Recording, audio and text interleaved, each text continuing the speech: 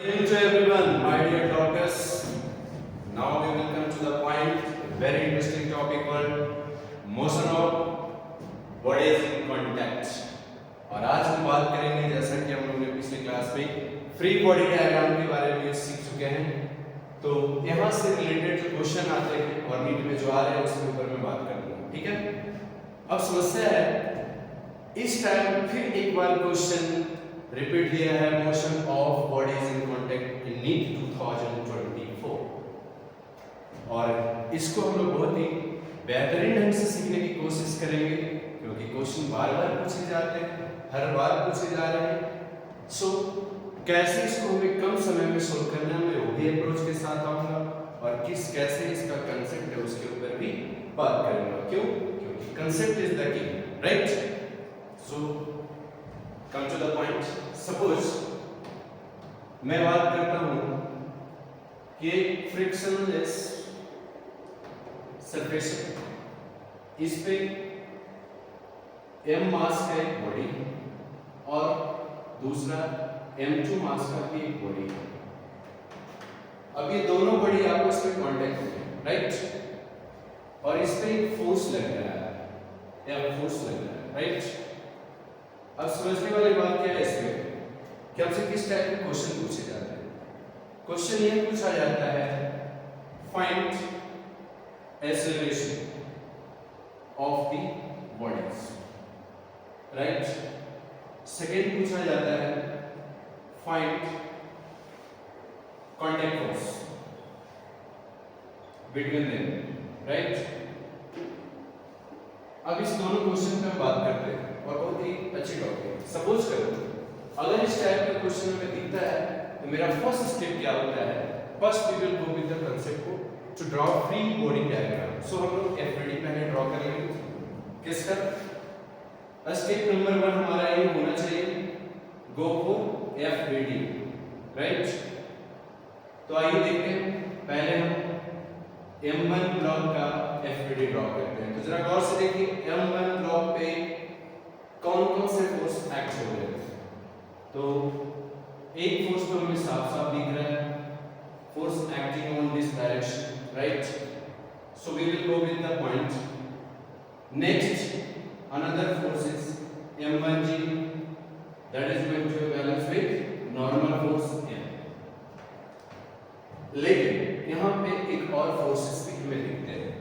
Suppose करते हैं हमारे पास कोई object, right, M1 block and M2 block, और दोनों को जब मैं कांटेक्ट कराऊंगा तो ये अगर इधर से फोर्स इस पे लगा रहा है तो इसमें भी एक फोर्स लगेगा according to Newton's action reaction law, right. So क्या देखने को मिलता है, if we go with the concept for M2 block, हम लोग फ्री बॉडी डायग्राम में M2 ब्लॉक का, तो M1 इस पे एक फोर्स लगाता है लेकिन मैं इसे N1 बोलता हूं क्योंकि कांटेक्ट फोर्स इस पे लगेगा, और M2 ब्लॉक पे भी एक फोर्स लगेगा जिसको मैं N2 बोलता हूं, राइट। M2 ब्लॉक पे M1 के कारण जो फोर्स लगेगा उसको मैं N2 बोलता हूं। हमें हमेशा लिखने में सहूलियत बरतनी होगी, N1 ब्लॉक पे जो फोर्स लग रहा है उसकी डायरेक्शन क्या है, इधर, कभी भी अपोजिट नहीं लेने का, राइट। अब हम आते हैं इस पॉइंट पे बात करते हैं। जिस तरह से एफबीडी में मैंने देखा कि इस पे फोर्स कौन कौन से लग रहे हैं, उसी तरह से M2 ब्लॉक पे भी हम फोर्सेस की बात करेंगे। तो यहाँ पे भी एक फोर्स नॉर्मल इसका, that is going to be balance with M2G, और इधर कोई भी फोर्स नहीं लग रहा है। नाउ इंपॉर्टेंट बात क्या है यहाँ समझने वाली, कि अगर फोर्स इधर लग रहा है तो इसका एक्सेलरेशन किधर होगा। तो एक्सेलरेशन की जब हम बात करेंगे तो ये पता चलता है कि जिधर फोर्स का डायरेक्शन होगा उधर ही एक्सेलरेशन का डायरेक्शन होगा। तो रेस्पेक्टिव ब्लॉक डायग्राम में हम लोग इसके एक्सेलरेशन को भी मेंशन कर देते हैं, राइट। अब पॉइंट को समझते हैं। सी, जब हमारा एफबीडी कंप्लीट हो गया तो हम इक्वेशन लिखने की कोशिश करते हैं। तो from FBD of M1 block की बात करते हैं तो क्या देखने को मिलता है अगर मैं M1 ब्लॉक की एफबीडी से अगर मैं बात करूं इक्वेशन लिखने का, तो देखो F फोर्स इधर लग रहा है, N1 फोर्स इधर लग रहा है, लेकिन कौन सा फोर्स है जो इस पे डोमिनेटिंग इन नेचर होगा? क्योंकि एक्सेलरेशन इधर हो रहा है, तो F फोर्स जो होगा that will be dominating on N1 force, right? तो हमारी इक्वेशन क्या बन जाएगी? F minus N1 should be equal to क्या? M1A. This is your equation number 1. Next, from हम लोग बात करेंगे FBD of mass M2, right? M2 block की बात करते हैं। यहाँ से क्या इक्वेशन आता है? N2 इधर है, एक्सेलरेशन इधर है, लेकिन इधर कोई फोर्स दिख नहीं रहा है। डोंट वरी, हम लोग फिर अपने ही C यहाँ पे मैं बात कर सकता हूँ कि ये जो N2 मैंने शो कर रहा हूँ फोर्स, इसलिए आप लोग समझो कि N2 किसके इक्वल होगा?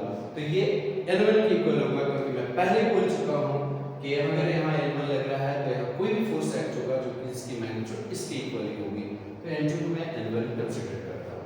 Let it be. सो यहाँ पे मैं बोल सकता हूँ N2 की वैल्यू N1 के इक्वल है, और that should be equal to क्या? M2A, और this is your equation number 2। अब जरा देखिए, इक्वेशन 1 और इक्वेशन 2 को अगर हम सोल्व करने की कोशिश करें तो हम लोग इक्वेशन 1 को ऐड कर देते हैं, right? On adding equation number 1 and 2 what we get, जरा देखिए, इसको मैं ऐड करूंगा, मेरे पास रिजल्टेंट वैल्यू क्या आएगी? ये और ये आपस में कैंसिल हो जाएंगे। आपके पास जो वैल्यू आएगा क्या मिलेगा? F is equal to M1A plus M2A. So let it be, हम यहाँ पे एक्सप्रेशन को कॉमन लेते हैं M1 plus M2। अब गौर से देखिए, आपका क्वेश्चन क्या था? एक्सेलरेशन ऑफ द बॉडी निकालने का। तो यहाँ से हम एक्सेलरेशन ऑफ बॉडी क्या लिख सकते हैं? F क्या है? नेट फोर्स बोल सकते हैं, क्योंकि और तो कोई फोर्स मुझे मिला नहीं, तो क्या बोलूंगा? M1 plus M2। जरा देखिए, आपने न्यूटन्स में पढ़ा होगा, न्यूटन्स का second law F is equal to ma। Same concept से हमने यहाँ पे बताया एक्सेलरेशन की वैल्यू क्या है? Net force divided by total mass, right?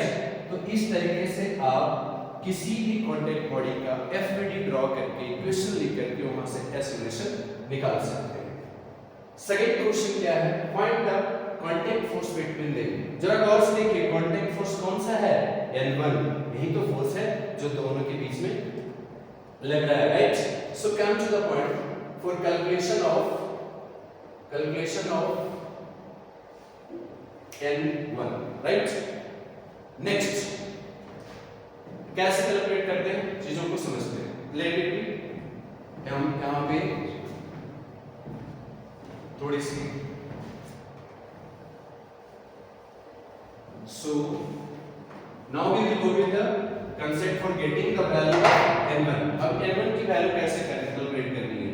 तो गौर से देखिए, आपने इक्वेशन, कोई भी इक्वेशन 1 हो या इक्वेशन 2 में हो, उसमें एक्सेलरेशन की वैल्यू अगर हम सब्स्टिट्यूट करते हैं तो हमारा N1 की वैल्यू कैलकुलेट हो जाती है। लेट इट बी, सपोज कीजिए कि मैं इक्वेशन 2 ले रहा हूं, राइट? यहाँ पे इक्वेशन 2 की वैल्यू क्या हो जाएगी? M2A, right? अब जरा गौर से देखिए कि आपने जो एक्सेलरेशन का वैल्यू कैलकुलेट किया है, इस वैल्यू को अगर मैं इस इक्वेशन में सब्स्टिट्यूट कर दूं तो हमारे पास N1 की वैल्यू क्या आती है?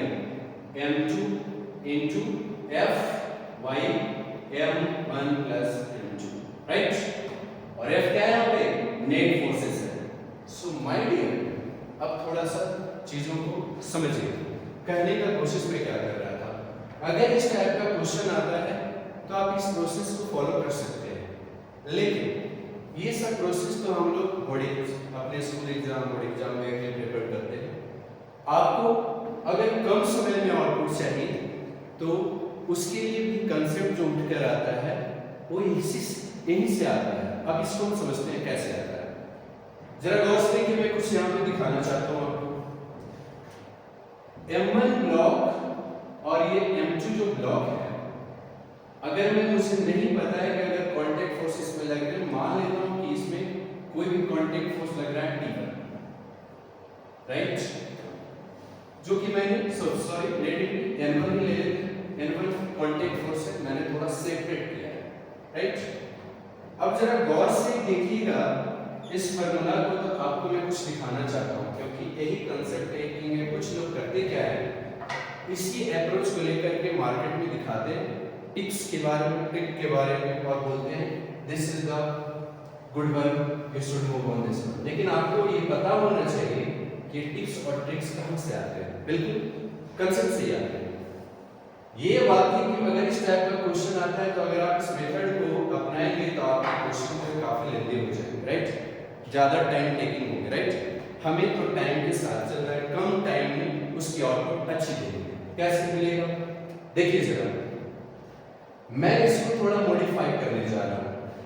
N1 की जो वैल्यू है मास M2 है, मैं यहां पे कुछ लिखने जा रहा हूं, right, mass of the object, right, between a smaller force, right, and contact force। अभी थोड़ा समझाऊंगा, ठीक है।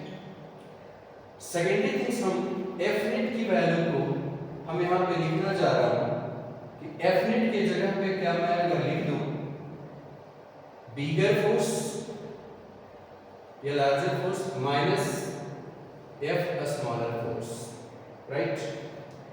और थर्ड पॉइंट जो हम लेना चाह रहा हूँ एफ स्मॉलर फोर्स। अब बोलिएगा सर मुझे ये कंसेप्ट समझ में नहीं आ रहा है कि एफ नेट और एफ स्मॉलर जो आप लेना चाह रहे हो यहाँ पे हम कैसे रिप्रेजेंट करते हैं, ये तीन चीजें आपको दिमाग में डालना है। कैसे, अब देखिए इसको यूज कैसे करता हूँ मैं।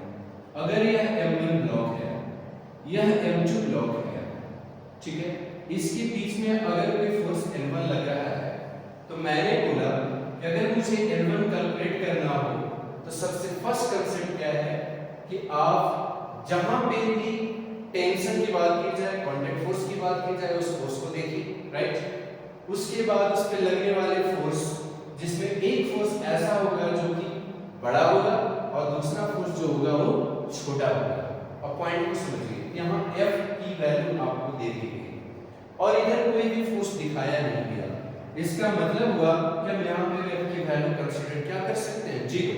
तो लेट इट पे अगर मैं F1 बोल दूं इसको और अगर F2 बोल दूं जहां पे F1 is greater than F2 है, तो देखिए यहां क्या मिलेगा आपको, मास बिटवीन द टेंशन और व्हाटएवर द कांटेक्ट फोर्स और अ स्मॉलर फोर्स। तो जरा देखिए जो मैंने नाम लिखा है mass of the object between a smaller force and contact force, तो ये क्या है, यही मास है।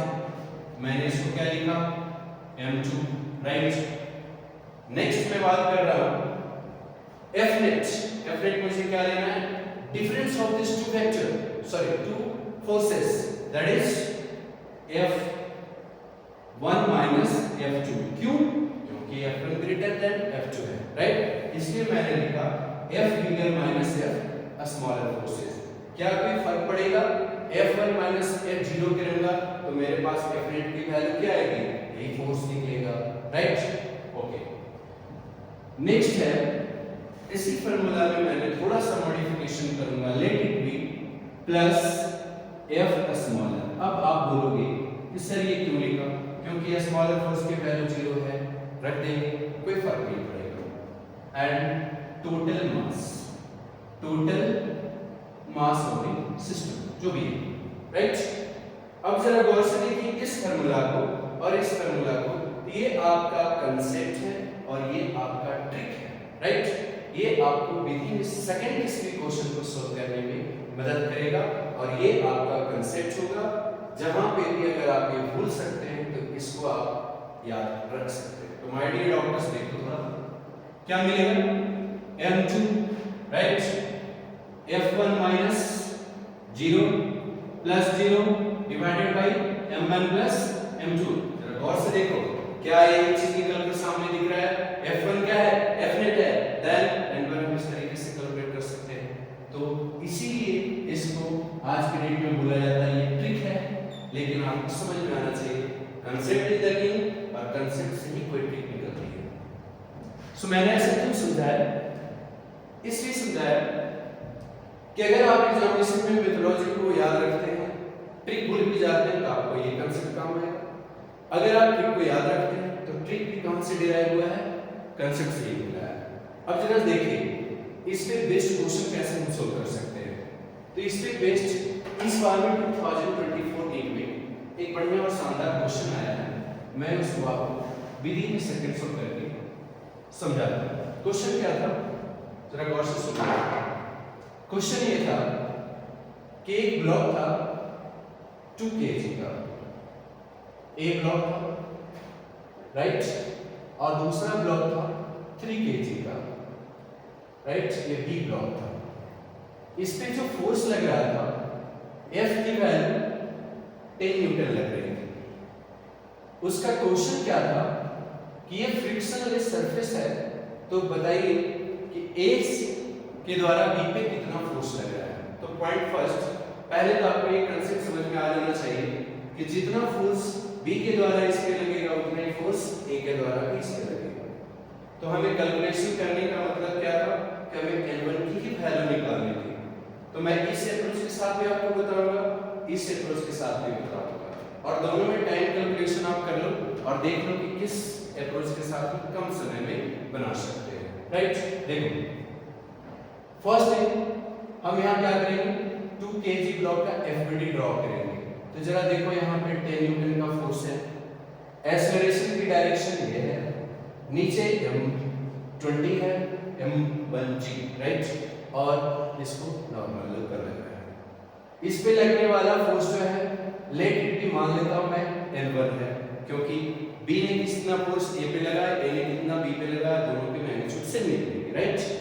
अब जरा गौर से देखिए, सेम मैनर में अगर हम FBD 3 kg ब्लॉक का ड्रॉ करूं तो यहाँ पे भी वैल्यू क्या निकल कर आएगी, राइट, इधर कोई भी फोर्स नहीं है, एक्सेलरेशन हमारा A है, नेक्स्ट हमारा F की वैल्यू जो है यहाँ पे चेंज हो गई। कैसे, N1 जब फोर्स B इस पे लगा रहा है तो A भी इस पे जो फोर्स लगाएगा उसकी वैल्यू क्या होगी, N1 ही होगी, राइट। इस तरीके से अगर आप FBD देखोगे तो आपकी FBD क्या हो गई, कंप्लीट हो गई, राइट। अब हम अप्रोच पे आते हैं कि हम कैसे अप्रोच लें। तो दोनों मेथड है, first we go with the concept and second we go with the whatever you call trick. जरा गौर से देखिए, अगर मैं 2 kg ब्लॉक का FBD से इक्वेशन लिखूं तो हमें क्या मिलता है, 10 न्यूटन है, right, minus N1 that should be equal to what, ma, mass into acceleration, that is 2 into a। ये है आपका इक्वेशन नंबर 1। नेक्स्ट है, अगर मैं बात करूं 3 kg ब्लॉक का तो यहाँ पे क्या कंसेप्ट आता है, N1 माइनस कुछ है ही नहीं, जीरो फोर्स लेंगे, that should be equal to 3 into a, right. जरा गौर से देखिए आपके पास क्या निकला है, इक्वेशन नंबर 2। अब आप अगर इसको सोल्व करने की कोशिश करेंगे तो मैं सेम मेथोडोलॉजी को अपनाऊंगा, दोनों को ऐड करूंगा, क्या मिलेगा, बोलिए, ये और ये कैंसिल हो गया, तो 10 की वैल्यू क्या मिली, 5 है, a की वैल्यू क्या मिली, 2, राइट। एक्सेलरेशन आपका 2 निकल गया। आपको क्या चाहिए था, N1 की वैल्यू इसी इक्वेशन में रख के देखिए, अगर मैं इक्वेशन नंबर 2 को यूज करूं तो हमारे पास N1 की वैल्यू क्या आ जाएगी, 3 into 2, ये था हमारा आंसर 6, राइट। लेकिन क्या इस क्वेश्चन को आप माइंड में बना सकते हैं, बिल्कुल ना, मुझे पेपर पेन के उठाने की जरूरत थी, ना इस क्वेश्चन को ज्यादा देर समझने की जरूरत थी, सिर्फ ये पॉइंट समझना था कि A के B पे कितना फोर्स लगा रहा है वो क्या है। और सेकंड, अगर आप इस कांसेप्ट को यूज करते हैं तो थोड़ा गौर से देखिए, M2 फॉर्मूला रखना भी नहीं है। मेरा कांसेप्ट क्या है कि अगर इस क्वेश्चन में फोर्स 10 न्यूटन इधर से लग रहा था तो ये साइड कोई फोर्स नहीं था, इसका मतलब फोर्स की वैल्यू क्या थी, 0, और ये इस पे फोर्स लगा रहा था और ये इस पे फोर्स लगा रहा था, मतलब कि ये वाला फोर्स अगर हम N1 कंसीडर कर लेते तो जरा गौर से देखिए कि फर्स्ट कांसेप्ट क्या है, N1 यहाँ है, स्मॉलर फोर्स कौन सा है, तो 0 यहाँ है। मैंने बोला पहली उस मास को आप कंसीडर करो जो कि आपका टेंशन, जो कि आपका कॉन्टैक्ट फोर्स और लास्ट वाले फोर्स मींस स्मॉलर फोर्सेस के बीच में आ रहा हो। तो आपके पास क्या कंसेप्ट था सर, 3 kg ब्लॉक दोनों के बीच में है, मींस m2 की वैल्यू 3 हो गई, f1 minus f2 means 10 minus 0, क्या लिखूं 10 minus 0 that is 10 plus a smaller force 0, no issue, total mass 2 plus 5 how much 2 plus 3 that is 5। अब जरा देखिए 2 और 10 2 टाइम्स कट गया, आंसर कितना आया 6 न्यूटन। बताइए कितना इजी और आसान कंसेप्ट था, without taking pen and paper help you can also calculate this concept in your mind. और इस तरह का क्वेश्चन 2024 में पूछा गया। तो अगर आप कंसेप्ट इज द किंग, पहले कंसेप्ट को समझिए, क्योंकि अगर आप एग्जाम में टिप्स एंड ट्रिक्स भूल जाते हो तो आपके कंसेप्ट ही काम आते हैं। ये टाइम टेकिंग हुआ और ये विद इन अ सेकंड आप किसी भी क्वेश्चन का आंसर देखकर दे सकते हैं। सो ये जो अप्रोच है, इस अप्रोच का यूज आप टेंशन निकालने में कर सकते हैं, इवन पुली के क्वेश्चन में भी कर सकते हैं। कैसे यूज करेंगे वो आपको मैं अगले नेक्स्ट क्लास में बताने की कोशिश करूंगा। For that one, my dear doctors, all the best and be happy.